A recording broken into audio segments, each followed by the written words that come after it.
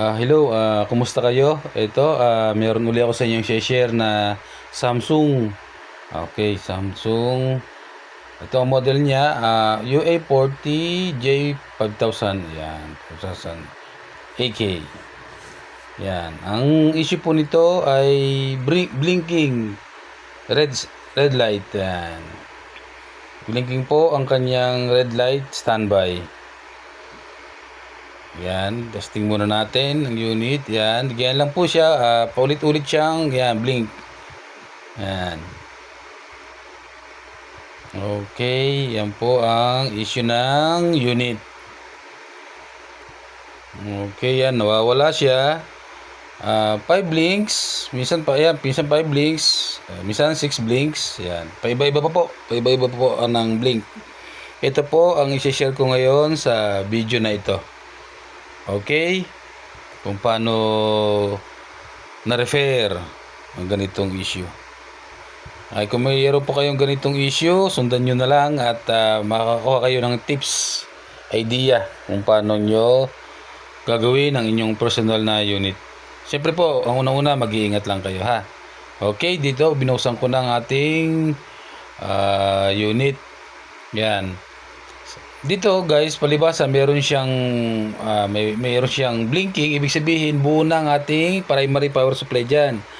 Hindi na tayo magsusukat diyan sa capacitor. Diretso na tayo dito sa mga diode niya. Kasi may supply ang kanyang blinking eh. Ibig sabihin may pumapasok na supply.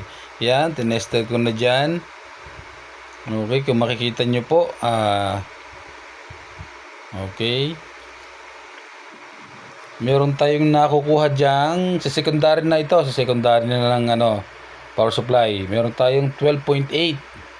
'Yon, 12.8 tayong nakukuha. Pero yan, normal po yan, yung kanyang ganyan supply, normal yan. Pero bakit blinking lang? No? Bakit blinking lang ang ating unit? Dapat tutuloy na siya eh, diretso na dapat siya. Yan no, sa mga backlight, no. Normal naman ang kanyang pero bakit yung backlight hindi din siya umiilaw? Dapat nakailaw na siya diyan eh. Yan yung mga supply kompleto naman po tayo diyan. Kung bakit ayaw niyang magtuloy, mag-power on, mag-power up. Yan. 12.8. Yan. Yung mga supply po yung ating secondary. Hindi siya tumutuloy. Hindi siya nag-oscillate. Yun. Dito po sa video na ito, makikita nyo kung paano ginawa. Sundan nyo lang. Makikita nyo kung paano ginawa itong unit ng ganitong issue. Yan. Sino dinodouble check ko. Talagang magandang supply dyan. Hindi bumabagsak. Yan. Supply yan papuntang mainboard.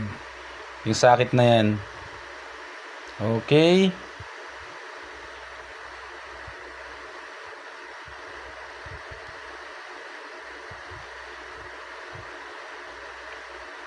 Yan, naka-print sa board yan, meron dapat siyang 13 volts.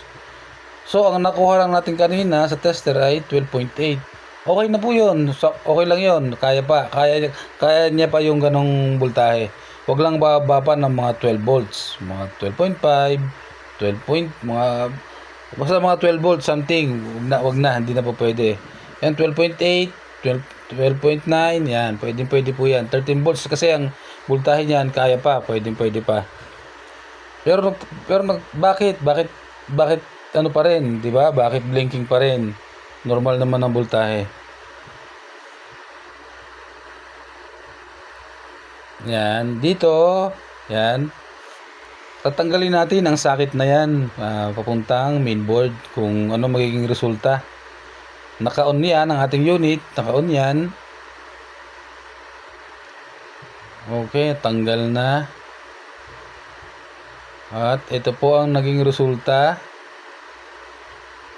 Yun yun mga boss, ayun nakikita nyo naman lumabas yung kanyang backlight nang matanggal ang sakit papuntang mainboard. Yun, may backlight siya. So meaning may problema ang ating mainboard. Yan, nung matanggal natin, nag-backlight siya. May problema ang mainboard natin, hindi normal ang ating voltahe sa mainboard. Maaring may shorted tayo o kaya may low voltage. Yan, dito papakita ko sa inyo mga boss kung paano hanapin ang trouble sa mainboard. Kasi kumpleto naman ang supply, tapos nung inangat natin yung socket papuntang mainboard, nag-backlight, so normal po ang ating primary secondary power supply. Nasa mainboard po ang problema. Okay, dito magba-buzzer test ako. Basic muna, basic trouble sa buzzer mode. Yan. Yung mga capacitor na yan, buzzer mode ko dyan. Yan. Okay naman. Yan. Kailangan isang bus lang, isang buzzer lang. Isa lang tutunog. Pag kabila ang tumunog, ibig sabihin po noon, shorted ang ating SMD capacitor. Yan, dito tinetest ko isa-isa. Yung black po natin, black probe, nakatusok yan sa ground ng motherboard. Yan. Yan, nahanap ko yung kung saan may shorted dyan. Okay, normal naman, walang mga double buzzer. Okay.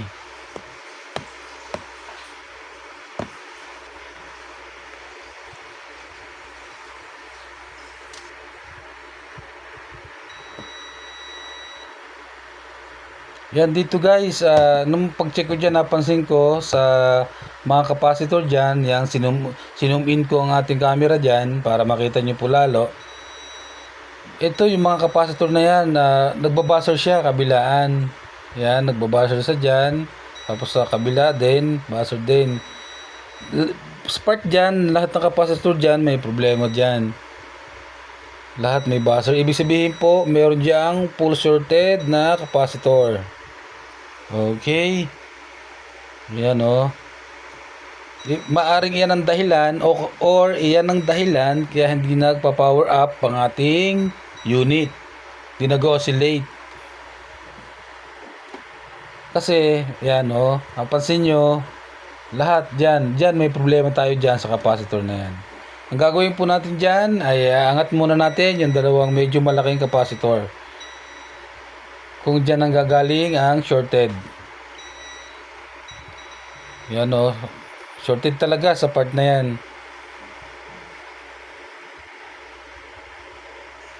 Okay, ano natin yan? Iangat natin muna yung capacitor dyan. Salamat po sa magsasubscribe sa aking munting channel. Sir, ma'am, thank you po. Okay, dito, yan, angat ko na yung suspected SMD capacitor. Ayan. Okay, buzzer check.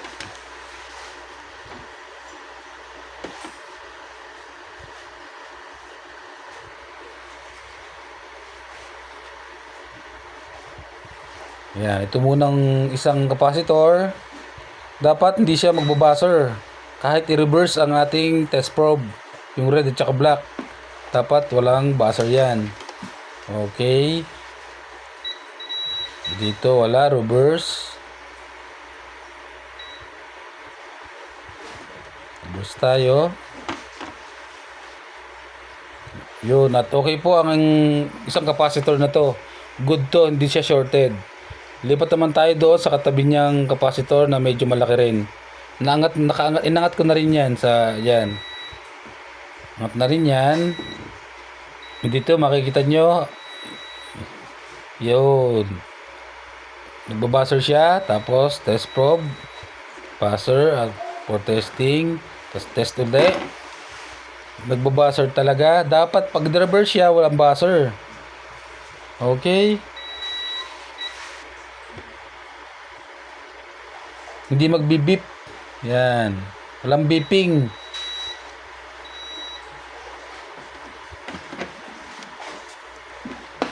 At yun po, mayroon. Ito ang problema ng ating unit.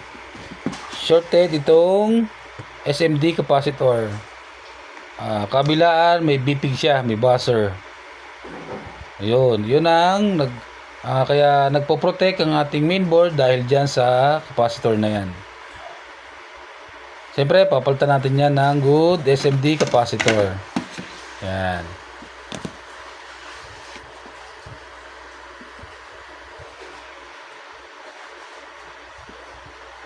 Kung ngayon lang po kayo nakapanood sa aking channel, please consider to subscribe, pa-like na rin po, pa-comment, pa-share na rin kung nagustuhan po ang aking simpleng tutorial tips pa sa pagtotrouble ng ganitong mga issue.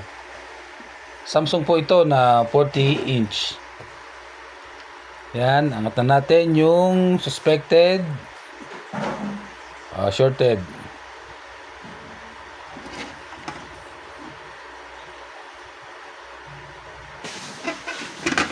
Ganyan po nangyayari pag ang SMD capacitor ay na-shorted. Meron po niyan talagang dinagoon. Yan, itong issue naman ito, hindi nagpa-power on, hindi nag-oscillate. Okay? Iba naman yan, wala talaga, as in walang power. Yun. Ito, double check sa ating suspected capacitor.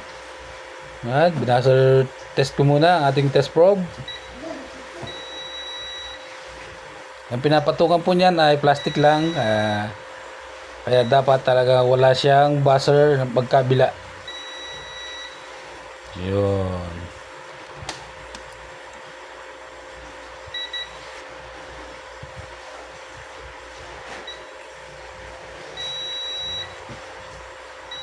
Meron talaga siyang buzzer kabilaan.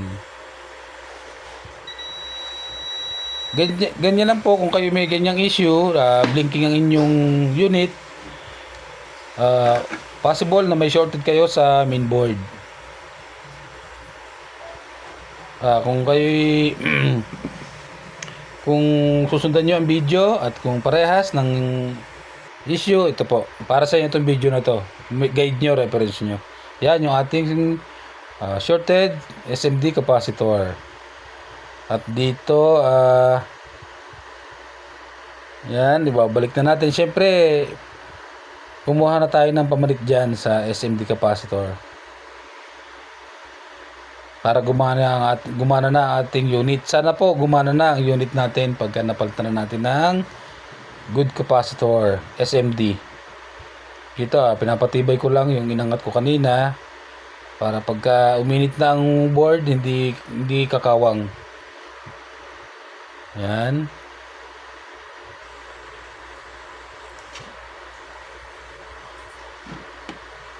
Okay, yan. Yun, at naikabit ko na po ang ating capacitor. Yan, for testing na po itong ating unit. Yan, testing sa buzzer, okay na po ito. Wala nang beeping. Sa magkabila, yan. Okay na po yan. Ito ay kakabit na natin sa chassis para matest na natin ang ating unit. Sana gumana na po. Para matuwa uli ang ating customer na nagpagawa sa atin.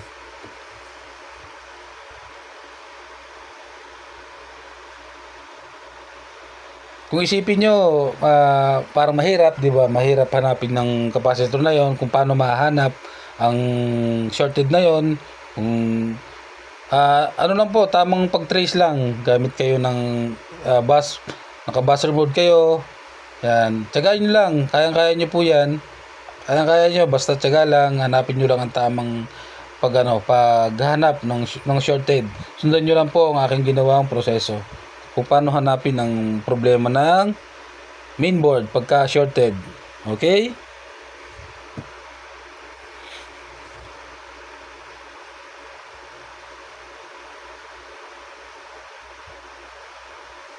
Ito, kabit na natin ng ang ating flex. Hindi kasi tumutuloy ang 12 volts mga boss, kaya dahil dyan sa SMD na yan, wala akong nasusukat sa top board. Hindi ko lang po na-videohan. Wala akong nasusukat sa fuse ng top board. Walang pumapasok na 12. Papuntang in ng fuse at out, wala. Dahil kaya po wala, dahil dyan niya sa shorted na yan. Okay, dito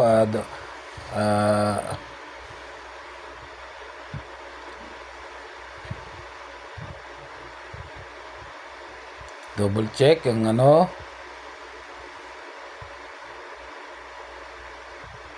Ayan, kung wala nang short. Okay. Okay na yan, yung ating mga capacitor dyan. Dinoble check ko lang po yan for sure na walang nagdikit sa hinang bago i-on ang unit. Double check nyo mga boss kasi minsan na di naman malaya nagdidikit. Double check nyo ang pagkakahinang.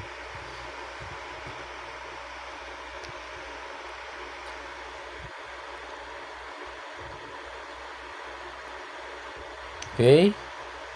Fix na? Kapikis na? Sana po gumana na ang ating unit. Ito for testing na po ito.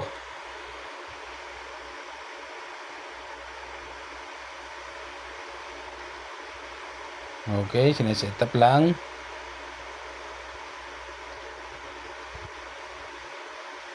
Yun, testing ko na po ang ating unit. Kung magpa-power on na, sana mag-on na siya at sana wala ibang problema. Ayun, mukhang ang backlight niya ay nag-on na. Hop.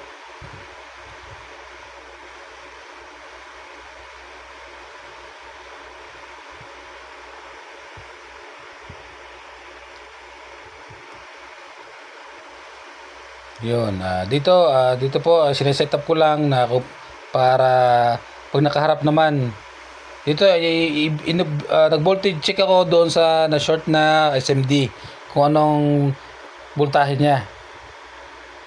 Dito ay may nakuha akong yun 2.5 volts sa capacitor na yan na short. Okay. So okay na po ang ating capacitor. Nagdabas na siya ng voltahe. Ito for testing na ang ating unit kung magde-display na. Salamat po sa panonood sa aking channel. Sa matyagang panonood, salamat po sa inyo. Ito, nag-display na Samsung logo. Okay. Yun, at meron na tayong display sa ating screen. Wala siyang bar lines o kaya yung guhit. Okay naman, hindi ko lang siya nailagay sa menu. Pero sa actual camera, wala po kang nakita mga guhit yan. Maganda po ang LCD. Salamat po sa panonood. Salamat po.